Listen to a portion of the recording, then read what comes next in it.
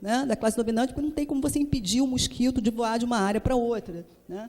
Então, você pode pensar que tem razões ligadas a interesses, razões ligadas à ideologia, ou seja, existem pessoas dentro da classe dominante que podem ter uma ideologia mais solidária, né, razões menos reputáveis, razões mais reputáveis, mas o fato é que aconteceu isso em vários momentos da história, inclusive na história do Brasil.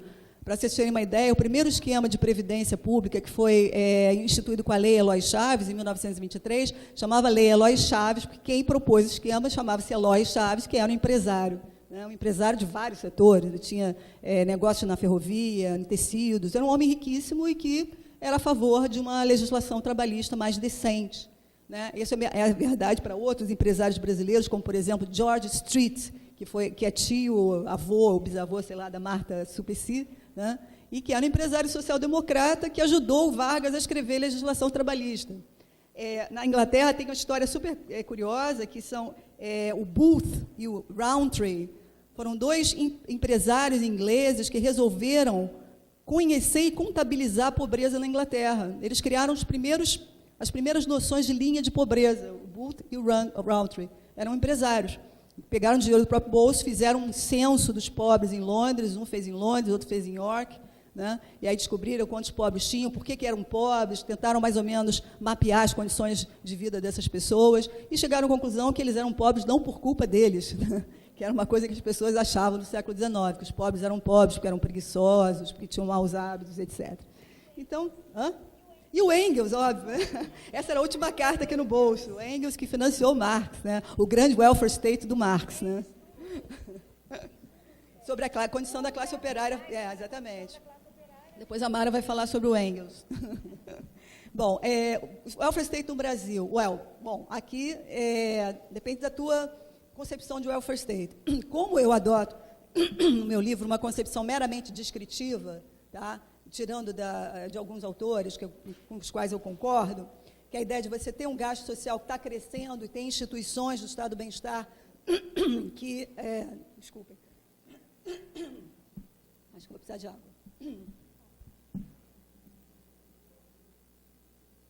Obrigada.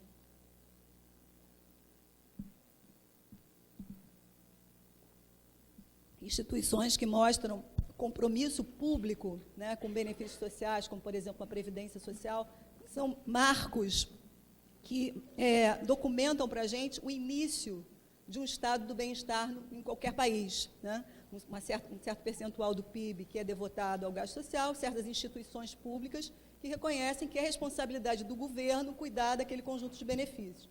Então, desse ponto, com essa concepção, a gente começou a ter um welfare state lá com Vargas, né? Quer dizer, na verdade, ainda era um gasto social muito pequeno. Ele passa dos 5%, acho que só nos anos 50, né?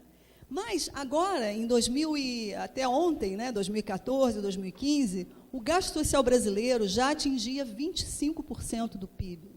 Quer dizer, a gente está com gasto social de gente grande, né? Se isso não é um welfare state, eu não sei exatamente o que é. Eu acho que o problema difícil é a gente identificar o tipo de welfare state que a gente tem. A gente tem um negócio híbrido, que tem uma parte que é contributiva, só para trabalhador, tem uma parte assistencial, tem uma parte universalizada, que todas essas partes têm problemas, mas principalmente a questão da universalização dos serviços sociais. Aí eu acho que é onde a gente ficou devendo mais, tá? Essa nova agenda que está colocada aí, pelo que eu entendi, aliás, ficou bastante claro para todos nós, com a proposta de emenda constitucional que foi aprovada de congelamento do gasto social, a perspectiva é de desmontagem disso, né? Eu não consigo ver como que a educação e a saúde vão avançar no Brasil se, como percentual do PIB, o gasto devotado a essas áreas vai tender a cair com o crescimento econômico. Então, isso mostra que isso não tem a menor prioridade dentro da agenda desse governo. Então, eu só não acho que isso vai acontecer, tá? Eu não acho que a gente vai viver 20 anos assim, porque eu acredito na política, né? Eu acredito que a democracia, de alguma forma, né, vai ter uma reação. A gente espera que os jovens, o pessoal que está ocupando escolas, etc., as forças políticas que o Reginaldo estava se referindo, vão ajudar a interferir nesse processo e impedir que esse sonho conservador se torne realidade. A privatização das políticas sociais é sempre um risco, né, que é aquela ideia que a gente estava falando do sistema americano, de você transferir recurso público para o setor privado e fazer com que o resultado da política social aumente desigualdade em vez de diminuir desigualdade. A questão dos imigrantes é certamente um problema seríssimo, e principalmente para os países nórdicos, né? Que se tornaram um ponto de atração enorme para os pobres e desesperados do mundo, né? O caso da Suécia é um caso emblemático, é um país extremamente solidário, sempre abriu a porta para a imigração, é um dos países que tinha o maior percentual de população imigrante dos países da Europa, e isso se tornou um problema com essa agenda neoliberal da União Europeia. Quer dizer, você tem um constrangimento fiscal e um monte de gente entrando, querendo participar do seu estado de bem-estar social, né? Então, é um dilema muito importante aqui. Quem eu acho que captou bem, no espírito do investimento social, o que se pode fazer de bom com isso, foi a Angela Merkel, né? Por mais estranho que pareça. Ela abriu a porta para os imigrantes, porque percebeu que ali, num país como a Alemanha, em que as taxas de fecundidade estão despencando, a população está diminuindo, aquilo era uma maneira de se contornar a questão da dependência dos idosos, né? O que tinha que fazer? Dar educação para esse pessoal, treinamento, se fosse o caso, né? Porque muitos imigrantes que chegaram na Alemanha eram imigrantes com alto nível de qualificação. Então, dá para fazer política melhor do que está sendo feita, sem dúvida. Mas a reação, certamente, nesses países é uma reação defensiva, né? Defensiva dos direitos adquiridos pela população nacional, o que é sempre problemático, do meu ponto de vista. Avanços no sistema educacional no Brasil. Bom, eu sou muito cética em relação ao que a gente avançou nos serviços no Brasil. Eu sempre olho assim, talvez seja um vício, né, da minha formação de economista. Quanto que o Brasil gasta por estudante no nível fundamental? Quanto o Brasil gasta por estudante no nível secundário? Como isso se compara com a média dos países desenvolvidos e mesmo com os mais desenvolvidos na nossa região, os nossos vizinhos? Como é que a gente está nessa figura? A gente está muito mal, né? Então, por mais que você tenha, a gente tenha observado um aumento nos gastos em educação, a gente não conseguiu romper essa situação, o que, para mim, denota uma falta de prioridade. A gente teve muito tempo, quase 20 anos, para fazer uma coisa desse tipo, né? Quando a gente universalizou, por exemplo, o ensino fundamental no Brasil, a gente fez isso realocando recursos da educação, né? Você drenou recursos do secundário, drenou recursos da educação infantil, drenou recursos do ensino superior e jogou esses recursos no ensino fundamental. Caramba, né? E apareceu lá 94%, 95% de cobertura. Mas que cobertura é? Cobertura que descobre as outras partes? Né? Quer dizer, se você pensa o sistema educacional sistemicamente, isso é um troço fadado ao fracasso, né?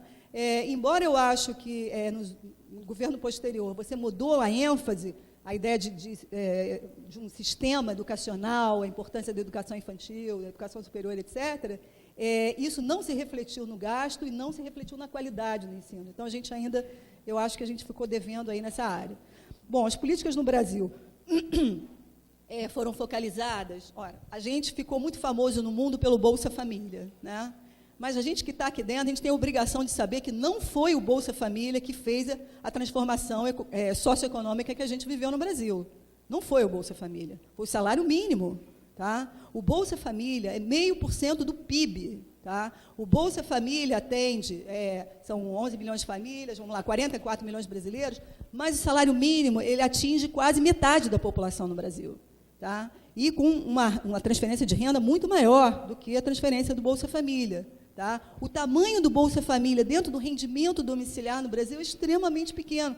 Por mais que ele seja um programa importante, que tem que existir, todo país decente tem que ter uma política assistencial de transferência de renda para as pessoas que precisam.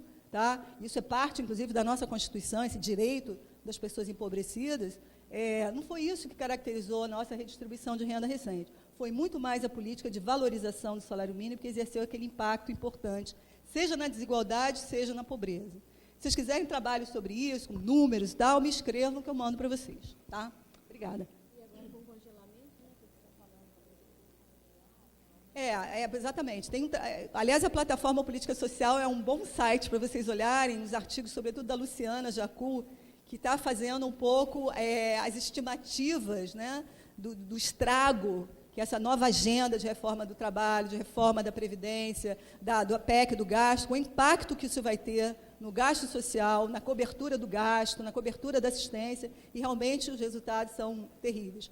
Por exemplo, há uma previsão de redução de 11% do orçamento do Bolsa Família, o que vai representar mais de 1 milhão de famílias sem cobertura. E a gente pergunta, será que essas pessoas deixaram de ser pobres? Como assim? Né? Se o desemprego aumentou, se o custo de vida aumentou, quer dizer, está tudo ruim, como é que mais gente saiu da pobreza e, portanto, diminuiu o Bolsa Família? Né? Então, são questões que a gente precisa ficar de olho. Obrigada.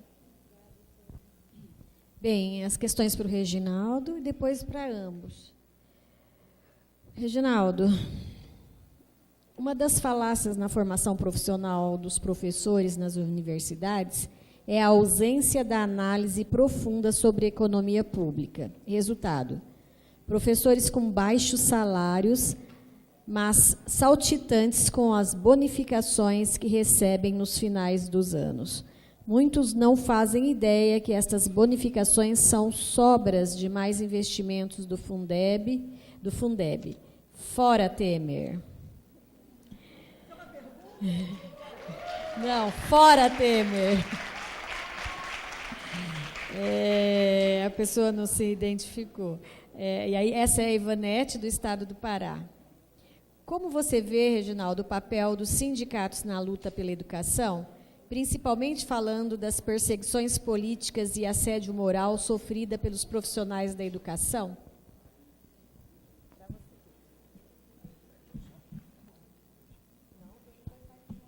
Tá bom. Antes de responder essas duas perguntas, eu queria lembrar uma coisa que é muito importante para a gente ter uma ideia desse contexto histórico de crescimento dos estados ou da intervenção do Estado nos negócios sociais, na economia. Todo mundo aqui um dia leu uma frase do Lenin, né, escrito lá na véspera da Revolução, que ele diz, o Estado é a Revolução, que ele diz, o Estado, na verdade, é o quê? O Estado burguês, né? Ele está se referindo ao único Estado que tinha pela frente, que é o Estado capitalista. O Estado burguês é prisão, polícia, tribunais, exército, repressão. Mas ele era um comunista. Mas o Weber, na mesma época, dizia, Estado é monopólio da coerção física legítima, aquela coisa toda que vocês já leram várias vezes. Mas por que eles estavam falando nisso? Porque o Estado que existia há um século atrás arrecadava apenas 5, não chegava a 2 dígitos, né, da riqueza arrecadada pelos Estados desenvolvidos. Porque o Estado era isso, era repressão. Quando você pega 100 anos, o Estado é outra coisa, claro. Não é? Você tem agendas enormes, né? Você tem uma arrecadação enorme e um gasto, né, público enorme. Então, essa transformação, a gente tem que ver o que ela significou e como isso significou também um avanço de conquistas, né, de movimentos crescentes, né, por direitos, por políticas públicas de regulação do capitalismo, de direitos sociais e assim por diante. Isso é uma realidade impactante. Mudou a natureza do Estado e mudou o crescimento, né, das políticas públicas que atingem, né, aquilo que é os 99%, né, o tal ou algo próximo disso. E isso, obviamente, a gente tem que levar em conta quando pensa ao longo do tempo. Eu nasci e cresci num bairro operário no extremo sul, no extremo oeste de São Paulo, em que até 65, eu tinha 16 anos, não tinha uma escola pública, nem uma escola elementar. Tinha muitas fábricas, muitas casas de operários, tinha 2 padarias, uma igreja, mas não tinha uma escola. A primeira escola que teve lá foi quando eu tinha 16 anos já. Em São Paulo, pouquíssimas escolas tinham assim, ensino médio, acho que umas 20. Na Zona Oeste tinha 5, 6, não tinha mais do que isso. Tem uma professora da Faculdade da Educação, escreveu, lá de São Paulo, que escreveu uma história muito interessante sobre isso, chama-se O Povo Vai à Escola. Marília Espósito. É muito interessante, porque é a luta dessa expansão, a luta por essa expansão. Então, você teve uma expansão que a gente não deve ignorar. Isso foi uma conquista monumental. A política de salário mínimo, as políticas sociais, trabalhistas, etc., que foram arrancadas durante esse período, são monumentais, não é? São essas as que estão em risco no momento. Nós estamos realmente num momento de retrocesso brutal, não é? Uma situação em que a senhora lembrou a história do Bolsa Família, que é isto, né, no orçamento, né? O tamanho do Bolsa Família é mais ou menos aquilo que é o tamanho dos perdões da dívida rural que beneficia 300 grandes proprietários rurais. É o tamanho do Bolsa Família, não é o Bolsa Família que destrói um orçamento. Como não é o Bolsa Família, como lembrou, que provocou essa mudança no país. Salário mínimo e previdência social, reajuste das pensões e aposentadorias foi fundamental para criar uma outra realidade no Brasil. Não é? Só que toda essa realidade é que está em crise. Né? Quando alguém pergunta, né, bom, qual é o papel que os sindicatos podem ter, não estou falando só dos sindicatos professores, que são importantes, eu mencionei pelo fato de que eu estava falando de como a educação em São Paulo é agredida diariamente, né, por uma política reacionária. Né? Mas só que nós temos que ser um pouco mais criativos. Gente. O mundo está mudando e as formas de organização dos trabalhadores não são mais as mesmas que nós tínhamos há 20, 30 anos atrás. A fragmentação da classe trabalhadora é um negócio impressionante, não apenas no Brasil, não apenas no Brasil. Os maiores movimentos sociais importantes nos últimos anos nos Estados Unidos não foram feitos pelas trade unions, pelos sindicatos convencionais, foram por sindicatos, movimentos sociais que atingem aquilo que é a parcela mais desgraçada dos trabalhadores americanos, os trabalhadores de baixo salário, do setor de serviços, e em grande parte deles imigrantes. Né? Aí você vê um nascimento de formas novas de organização do movimento dos trabalhadores impressionantes. Com a fragmentação da classe trabalhadora, nós precisamos estar atentos a formas de organização que são diferentes daquelas que nós tínhamos há algum tempo atrás, há 20 anos atrás, ou há 10 anos atrás, inclusive no Brasil. Os sindicatos, ou eles criam os seus sucessores políticos, ou eles vão perder importância rapidamente, importância política, rapidamente, já estão perdendo. Mas vão perder muito mais, vão desaparecer como atores políticos relevantes. Então, eles têm que criar os seus sucessores, porque a classe trabalhadora está mudando, sua forma de concentração, de organização está mudando, o trabalho está mudando, e as formas de organização da resistência têm que mudar também. Fazer uma propaganda até o mês que vem sai um livro que o Márcio Postman e eu fazemos sobre as mudanças na classe trabalhadora e os seus impactos políticos. Recomendo a leitura, porque é muito importante. É uma das melhores coisas já escritas sobre o tema. Bom, mas isso para falar da história dos sindicatos. Por que os sindicatos são importantes, mas eles têm que botar na cabeça que eles não podem viver do passado, como a escola de samba de Mangueira. O passado não chega. Tem que ser outra coisa a mais.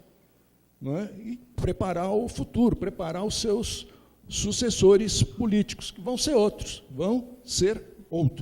Não são as velhas trade unions, sindicatos que nós tínhamos, sindicatos de empresas, etc., que nós tínhamos há 10, 15, 20 anos atrás.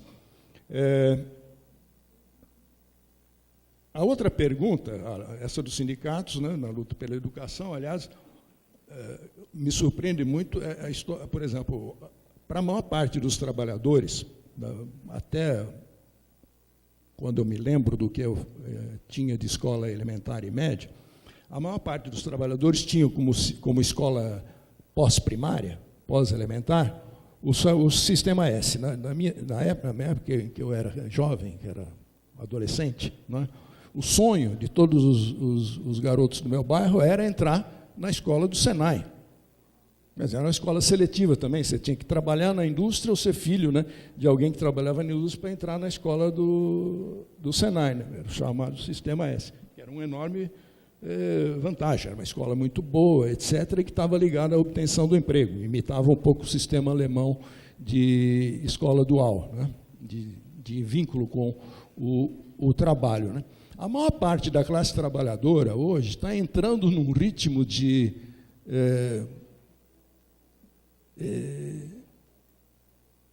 eu não diria de alienação educacional, mas destruição mental, que é pavorosa. Nós temos um sistema de ensino superior, alguém faz uma pergunta sobre a escola pública e os professores das universidades, nós temos um sistema de ensino superior em que, às vezes, a gente fala de ensino superior e confunde com universidade. Ensino superior não é só universidade, em nenhum lugar do mundo.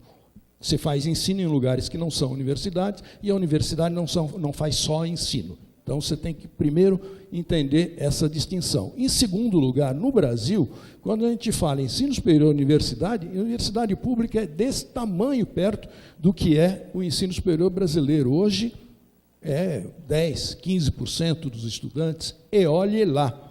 Na época em que eu entrei na universidade, 2/3 dos estudantes do ensino superior estavam em escola pública e 1/3 em escola privada, e as escolas privadas eram confessionais. Hoje nós temos um sistema público, um sistema superior de ensino, que é privado, com fins lucrativos, e que é uma grande falácia. Não serve, desculpem a minha expressão, se desaparecesse isso amanhã, não ia fazer nenhuma falta para o país, a não ser para o bolso dos donos das escolas. Não ia fazer falta do ponto de vista produtivo, educativo, etc. As pessoas iam se educar sem isso, talvez até melhor, arrumar outro jeito de se educar. Essas escolas, e a maior parte da classe trabalhadora é empurrada a crer que tem que fazer isso, que tem que entrar nessa absoluta loucura, né, de ter um diploma de ensino superior em alguma coisa. Isto não é um objetivo social razoável, não é. Se a gente quer ter educação, não é isso que nós vamos criar. Quando a gente pensa em educação superior, pelo amor de Deus, nós estamos aqui numa universidade pública, nós estamos num pedacinho assim do que se chama de ensino superior, um pedacinho assim. O resto, os outros 90%, muito maior do que a gente, é uma selva terrível. Muitos dos nossos estudantes que nós formamos nos nossos cursos de pós-graduação são professores dessa grande rede de escola superior privada, que é simplesmente uma selva trabalhista e uma selva educacional. A gente tem que prestar atenção nisso quando a gente fala de como é que os sindicatos e os movimentos sociais lutam por educação. Não é para ter isso. Não é para ter FIES. O FIES é um fiasco. Aquele economista da GV, aquele reacionário filho do biólogo do Partido Comunista, o Samuel Pessoa, escreveu um artigo com esse título: o FIES não é um fiasco. Pois eu digo, o FIES é um fiasco. É um fiasco porque é uma política de educação pior do que o sistema de empréstimos dos estudantes americanos lá, que é um desastre, O nosso é pior. E é uma política de ilusão, de produção de ilusões. Eu me desviei completamente do assunto, porque a pergunta era sobre o papel dos sindicatos e eu acabei falando do FIES.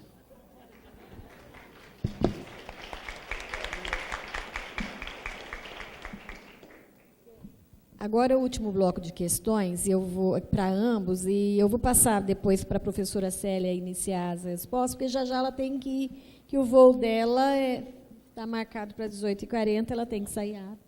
Tá, então, primeiro a gente faz, depois o Reginaldo fica. As questões são para ambos. Bem, quem expõe as questões agora é a Beatriz Regina Barbosa, e ela diz assim: boa tarde, agradecida pelas contribuições. Como pensar o lugar do Estado social, em especial no caso brasileiro, para além das questões de classes? Exemplo, questões étnico-raciais, de gênero e sexualidade. Continuando ainda, Beatriz. Outra questão é com relação à linguagem, e como ela muitas vezes expressa visão ou visões dominantes e reproduz opressões. Porque tudo que é negro, na maioria das vezes, é relacionado a algo negativo. Faço esta questão com o intuito do diálogo e reflexão coletiva. E mais, o que entende-se por universal? Como pensar este conceito em uma sociedade desigual? O universal tem dado conta de nossas diversidades? O que é pensar universal em uma sociedade racializada? E aí ela põe, tenho tantas outras questões. Obrigada. Continuando, para ambos. Como fica a luta de outra pessoa que não se identifica?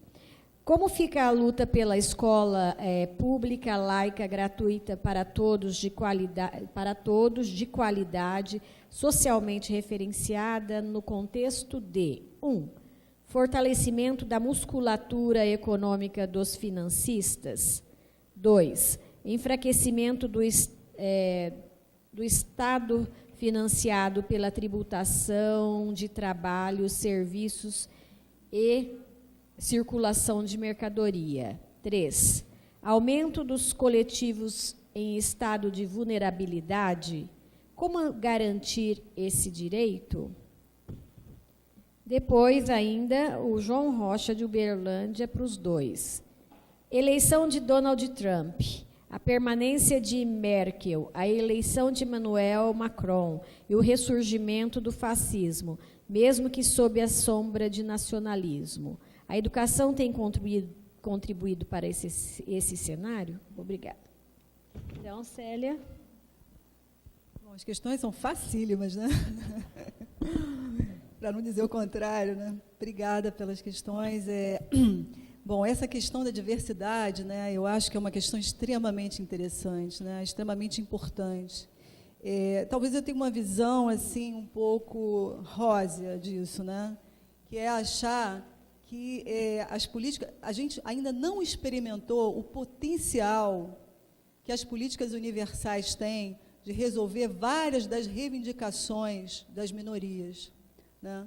Porque no Brasil, especificamente, né, o caso brasileiro, falar uma coisa aqui totalmente agora, on the spot, não fiz uma reflexão acadêmica sobre isso, mas eu acho que no caso brasileiro existe essa questão do reforço das privações, né, socioeconômicas pelas condições de cor, essencialmente condição de cor, né, ou local de moradia, né, quer dizer, certos marcadores de diversidade, eles são reforçados, ou são as pessoas que têm esses marcadores, são as pessoas que estão sobre-representadas nas privações socioeconômicas.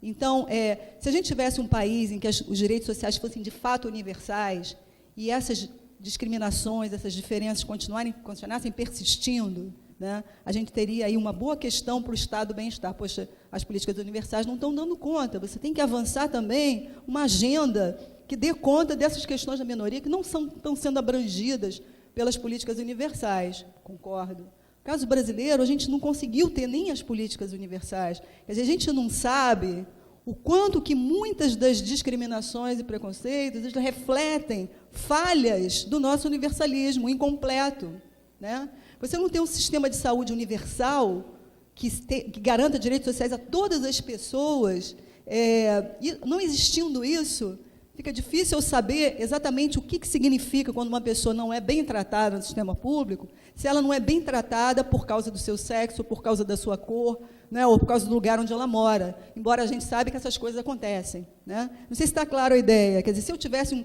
uma super escola pública, realmente universal, de qualidade, um baita sistema de saúde público e tal, e ainda assim persistissem diferenças relacionadas a esses marcadores, aí eu acho que a gente teria um problema importante que o Estado universalista teria que lidar. Só para dizer rapidamente sobre isso, o Titmuss, que foi um inglês que construiu lá o Estado do Bem-Estar Social na Inglaterra, ele já estava preocupado com isso, né? Ele dizia assim, olha, a gente tem um super sistema, eles têm um SUS lá maravilhoso, né, que funciona mesmo, né, que é o NHS.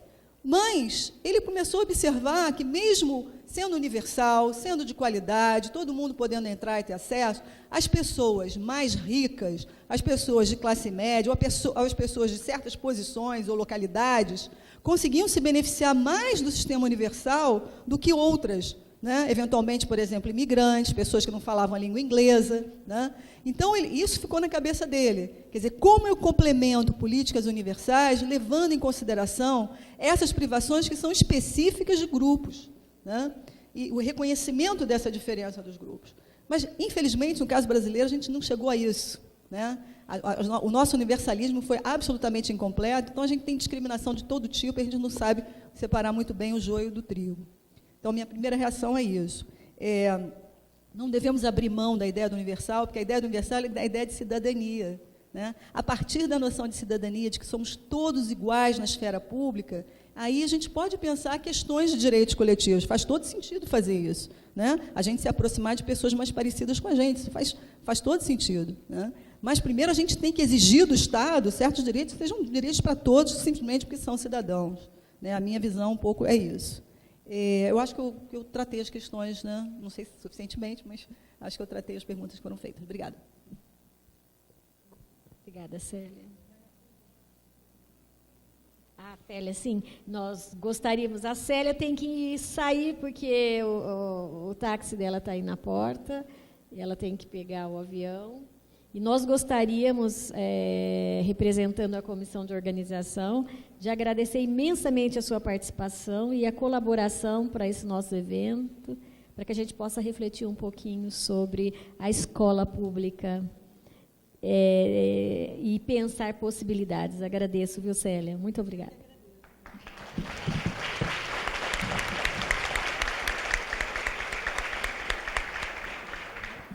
Mas nós não vamos deixar o Regis sair, porque ele vai ter que pegar essa batata quente aqui agora e descascar. Bom, a primeira coisa que acho que tem dentro de uma das perguntas aí da história do universalismo, a primeira coisa universal que nós devíamos ter no Brasil, aquilo que a Célia mencionou sobre, a gente sempre pensa no universal, pensa naquilo que o Estado provê, né?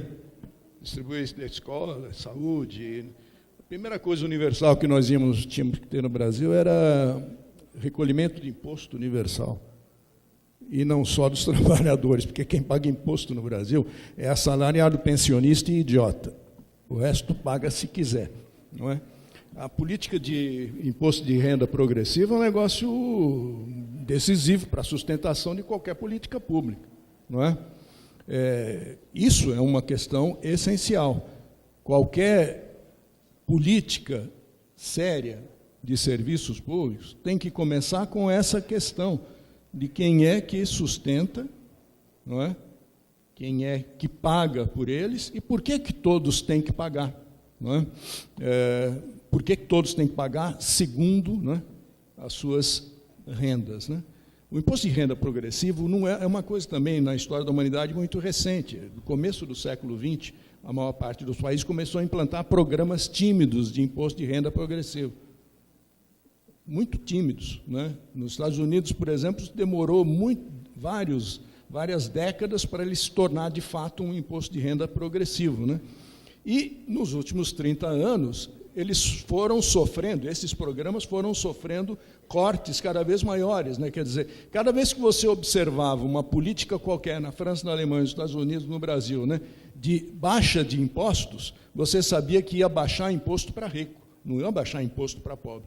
A estrutura tributária, por exemplo, dos países da OECD, dos países do chamado Clube dos Ricos, é basicamente uma estrutura tributária centrada na renda. Quer dizer, recolhe-se mais da renda do que do consumo, da renda e da propriedade do que do consumo. Essa é a regra importante dos países da OECD. No Brasil é o contrário. O imposto sobre o consumo, o valor, né, o volume do imposto sobre o consumo é muito maior do que o imposto sobre a renda. E aí o que acontece? Se o imposto sobre a renda já não é progressivo, e não é, mesmo o imposto de renda, o imposto sobre a renda, que se diz progressivo, não é. Depois eu volto a esse assunto. No Brasil, ele é uma parte pequena do recolhimento, o imposto indireto sobre o consumo, que é regressivo, quer dizer, pobre paga mais, proporcionalmente do que os ricos, é a maior parte da coleta dos... Essa é a primeira política universal que nós devíamos ter. Não a da provisão dos serviços, não da entrega de serviços. É claro que essa tem que ter políticas universais de cara. Mas a primeira coisa que nós devíamos ter era o universalismo na cobrança dos impostos e impostos progressivos, né? Porque senão nós criamos criamos o paraíso dos liberais. Quando os liberais, no século XIX e no século XX, protestam contra o sufrágio universal, todos os grandes liberais eram inimigos do sufrágio universal. Argumento principal: pobre, quando vota, vai querer que o Estado tire dinheiro do rico para fazer casa, posto de saúde, escola e assim por diante. Era esse o argumento básico do Tocqueville, do Benjamin Constant, do Hayek, o nosso liberal aqui, ultraliberal recente, do Milton Friedman. Imposto progressivo é um roubo que os pobres fazem dos coitadinhos dos ricos, industriosos, trabalhadores, etc., que geram riqueza, não é? Então, o imposto progressivo é a primeira política universal que nós devemos batalhar. Antes de todas as outras, gente. Antes de todas as outras. Claro que tem que ter escola para todo mundo, educação para todo mundo, etc. Mas a primeira delas é imposto para todo mundo e imposto progressivo mesmo. O imposto de renda no Brasil não é progressivo e isso aí eu acho que tem vários trabalhos mostrando como é que rico no Brasil paga o que quiser. Em 1995, o Fernando Henrique Cardoso, o nosso preclaro presidente fazendeiro, ele baixou por decreto uma lei, um decreto-lei que depois virou lei, né? Eliminando o recolhimento de imposto de renda sobre rendimentos de lucros, originários de lucros industriais, financeiros, etc. Por quê? Argumento principal seria bitributação. O que é bitributação? A empresa, uma indústria, um banco, etc., paga um imposto sobre os seus rendimentos. Se depois aquele que recebe o rendimento pagar de novo, você está cobrando 2 vezes o imposto sobre um rendimento já taxado. Não pode. Então, o que acontece no Brasil? A maior parte dos ricos tem 70% ou 80% dos seus rendimentos não derivado de salário, prolabore, ganhos como managers de empresas, etc. Não é isso que é a sua renda, é o rendimento de capital, rendimento de ganhos, não é, originados do capital. Isto não é taxado no Brasil, é uma fortuna. As faixas salariais do imposto de renda, vocês sabem disso. No Brasil, no mínimo que poderia acontecer numa política progressiva de imposto de renda, universalista, é que ninguém que ganha até R$5.000 ou coisa desse tipo tivesse que pagar imposto de renda. É ridículo. Porque isso não é renda. Isso não é renda. Em compensação, quem ganha acima de 20 mil não paga renda nenhuma, praticamente, depois desses 20 mil. Você tem uma política de faixas de renda que praticamente isenta rendas altas. Isenta. Quando você entra e faz exercícios, simulações, né, de imposto de renda para quem ganha 30, 40, 80 mil, fora o fato de que quem ganha essas faixas de renda geralmente não ganha como assalariado. Jogador de futebol não é assalariado, é empresário, né? Tem uma empresa e ganha como empresário. O Boni, o editor do Jornal Nacional, que aliás não é jornalista, é publicitário, o Boni não ganha salário da Globo, vocês sabiam disso? Nem ele, nem a mulher dele, eles têm uma empresa, ou tinham pelo menos, antes de separar, não sei, Boni e Fátima, ou Fátima e Boni, não sei, vai ver que ele é feminista. Pode ser Fátima e Boni. Eles têm uma empresa, emite uma nota fiscal, recebe, não paga imposto de renda, ou paga um mínimo, porque PJ não paga. O Brasil virou o reino dos PJs, não é porque eu, tu, eles, nós, que somos assalariados, um dia vamos ver a PJ. Não, o PJ é renda disfarçada de não tributada. Nenhum empresário, por exemplo, vocês acham que empresário tem casa ou paga carro, combustível, gastos de casa, empregados e escola das crianças? Não paga. Sabe quem paga? A empresa. Sabe por quê? Não é tributado. Não é tributado, é até, aliás, descontado, né, no tributo, na tributação da empresa. Então, nós temos um sistema tributário que é isto. Se a gente não brigar primeiro para mudar o sistema tributário, as outras políticas sociais sempre vão ficar com aquela história do cobertor curto. Sempre. Sempre. Então, ter políticas universais começa por ter uma política universal de tributação, universalista. Nós temos uma política focalizada, focalizada nos pobres, não é? Focalizada nos baixos salários, etc. Acho que essa é a primeira coisa que a gente tem que ter na cabeça quando fala em universalização das políticas sociais.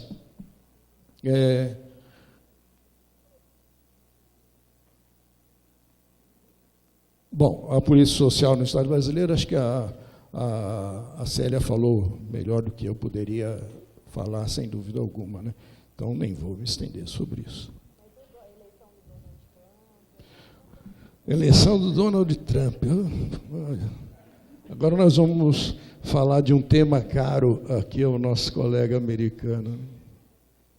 Uma das coisas que nesse livro que vai sair agora, por favor, anotem na sua agenda, porque é uma coisa fantástica, tem um capítulo sobre os Estados Unidos, a classe trabalhadora americana, o Trump, etc. Porque há uma lenda urbana, segundo a qual a classe trabalhadora no mundo inteiro deixou de votar em partidos de esquerda, social-democratas, trabalhistas, comunistas, etc., e passou a votar na outra direita. Né? Vocês já viram essa história com Marine Le Pen, Trump e assim por diante. Se fala muito isso. Não é?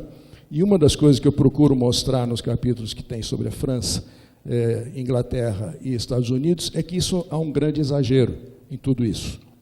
A classe trabalhadora não saiu da esquerda e foi votar na direita. O grande partido da classe trabalhadora no mundo inteiro está sendo cada vez mais o não me importo. Os italianos chamam isso de qualunquismo, quer dizer, nem uma coisa nem outra e não estou nem aí. O absenteísmo e o voto nulo é o grande partido da classe trabalhadora e das classes populares na França, por exemplo. Não é o Front National, não é. E no Trump, na verdade, quem perdeu a eleição, em grande medida, foi a Hillary, e a história de que a classe trabalhadora branca migrou massivamente para o Trump é um grandíssimo exagero. Claro que houve, e há movimentos desse tipo, inclusive por causa da mensagem do Trump contra o offshore dos empregos, né, a história do desaparecimento dos empregos, né, as cidades, 15 ou 20 cidades dos Estados Unidos que estão virando desertos humanos por causa da destruição dos empregos da manufatura. Isso vem já de muito tempo. E isso foi frequentemente associado com os planos comerciais, os tratados, né, de cooperação americano que facilitaram isso aí, o NAFTA, assim por diante, e a migração das empresas americanas para outras partes do mundo. O Trump fez um discurso nessa direção e não é de descartar que tenha ganho algum apoio nesses segmentos da classe trabalhadora. Mas o importante na eleição de gente como Trump, ou na quase eleição da Marine Le Pen, ou no avanço das direitas, é o sucesso que a direita teve em desmoralizar a política, em afastar a classe trabalhadora da política. Isto foi um resultado impressionante, que nós vimos no Brasil. No Brasil.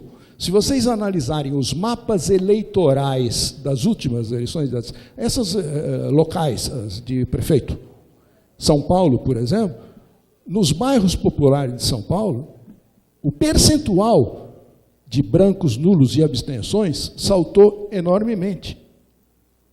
Enormemente. E não foi abstenção, porque pobre vai votar. Porque senão depois dá dor de cabeça, tem que justificar, é um saco.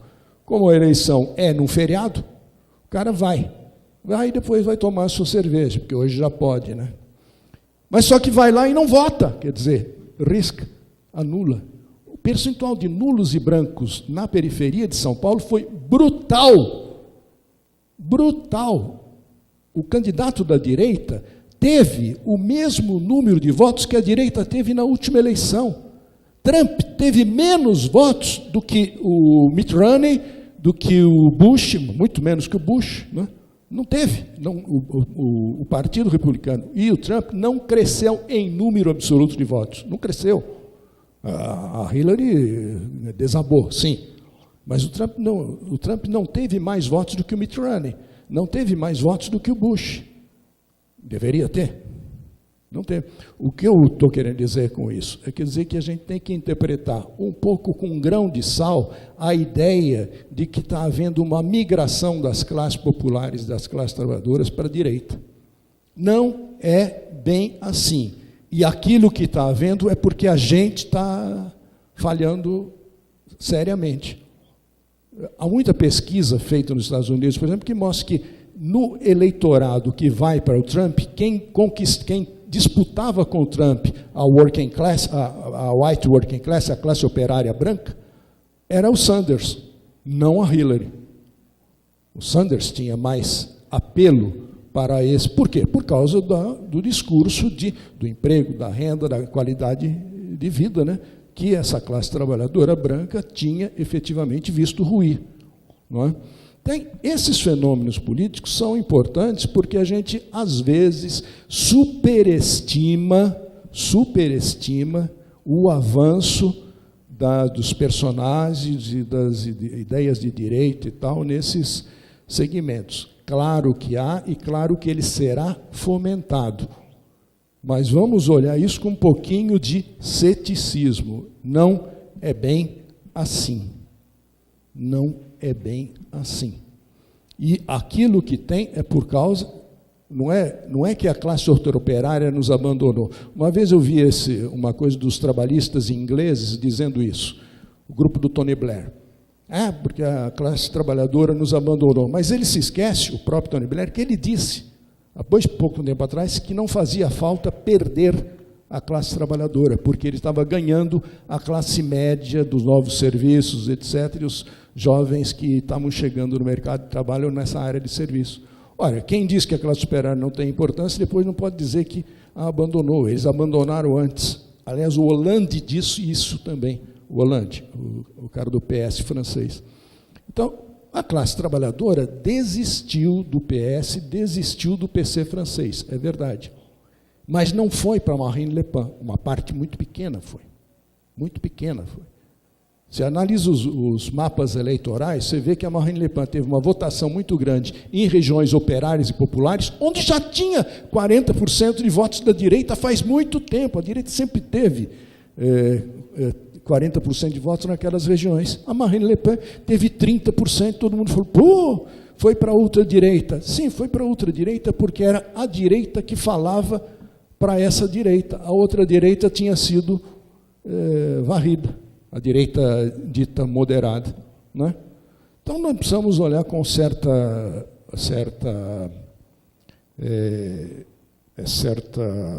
ceticismo essa emergência dos... O Macron, alguém perguntou sobre o Macron. O Emmanuel Macron, teve quantos votos no primeiro turno? 23%. 24%, né? Gente... Ele teve 24, a Marine Le Pen teve 22, o Mélenchon teve 21. Gente, o Macron é um fenômeno político que está emergindo. Não é coisa nenhuma. O Macron foi eleito porque do outro lado tinha uma coisa chamada Marine Le Pen. Guardadas as proporções, é como se a gente concorresse com um candidato contra... Nós já tivemos isso. A Marta Suplicy ganhou do Maluf, não foi só porque eram os méritos dela ou do PT, foi porque do outro lado tinha o Maluf, gente. Até o Covas nos apoiou, vocês lembram? O Covas fez campanha para nós. Então, o Macron, a gente achar que o Macron é um fenômeno político relevante, não é. Não é. A gente precisa dimensionar um pouco mais as coisas. Quando Hitler ganhou as eleições na Alemanha, o Trotsky escreveu alguns artigos importantes na ocasião sobre a guerra política na Alemanha, a luta política na Alemanha, falou, olha, gente, o que são os eleitores do Hitler e como nós estamos sobrevalorizando a sua força e com isso nós estamos